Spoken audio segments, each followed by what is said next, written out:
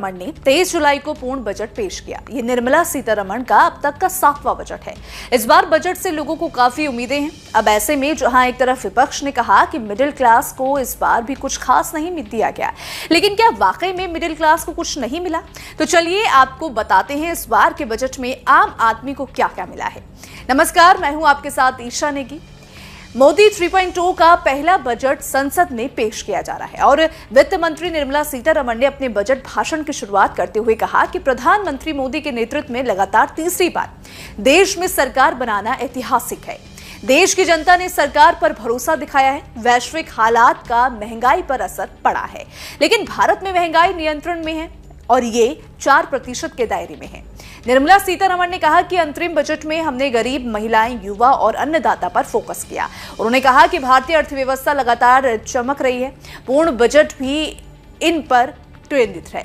अब हमारा कृषि क्षेत्र में उत्पादन बढ़ाने पर जोर है। विकसित भारत के लिए ये पहली प्राथमिकता है। उन्होंने सरकार की 9 प्राथमिकताओं को गिनवाया। इनमें एग्रीकल्चर सेक्टर के साथ शहरी विकास, रोजगार और स्किल डेवलपमेंट, कृषि, रिसर्च, ऊर्जा सुरक्षा, इनोवेशन, रिसर्च और ग्रोथ, अगली पीढ़ी में सुधार शामिल है। वित्त मंत्री निर्मला सीतारमण ने आम बजट में बड़ा ऐलान करते हुए कहा कि कैंसर की दवाएं सस्ती होंगी।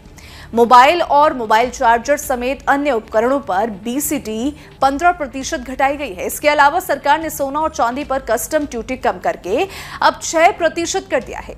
इसके बाद सोना चांदी की कीमतें कम हो गई हैं।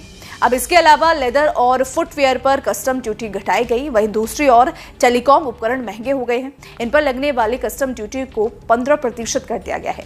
तो चलिए अब एक लिस्ट में जान लेते हैं कि क्या सस्ता हुआ है। सबसे पहले सोना चांदी की बात करें तो सोना चांदी सस्ता हुआ। प्लेटिनम पर कस्टम ड्यूटी घटी है। कैंसर की दवाएं सस्ती हुई। मोबाइल चार्जर, मछली का भोजन, चमड़े से बनी वस्तुएं, रसायन, पेट्रोकेमिकल सस्ता हुआ।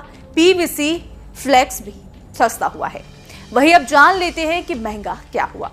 अमोनियम नाइट्रेट पर कस्टम ड्यूटी बढ़ेगी। वहीं PVC पर इंपोर्ट घटाने के लिए 10 से 25% बढ़े हैं।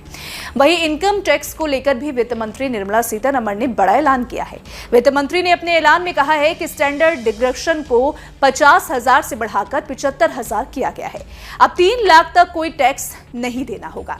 3 से 7 लाख रुपए तक 5%, 7 से 10 लाख रुपए तक 10%, 10 से 12 लाख रुपए तक 15%, 12 से 15 लाख तक 20%, 15 लाख से ज्यादा की सैलरी पर 30% टैक्स लगेगा। इसके अलावा मुद्रा लोन की रकम 10 लाख से बढ़ाकर 20 लाख रुपए की गई है। वित्त मंत्री ने कहा कि सिडबी की पहुंच बढ़ाने के लिए अगले 3 साल में नई ब्रांच खोली जाएगी।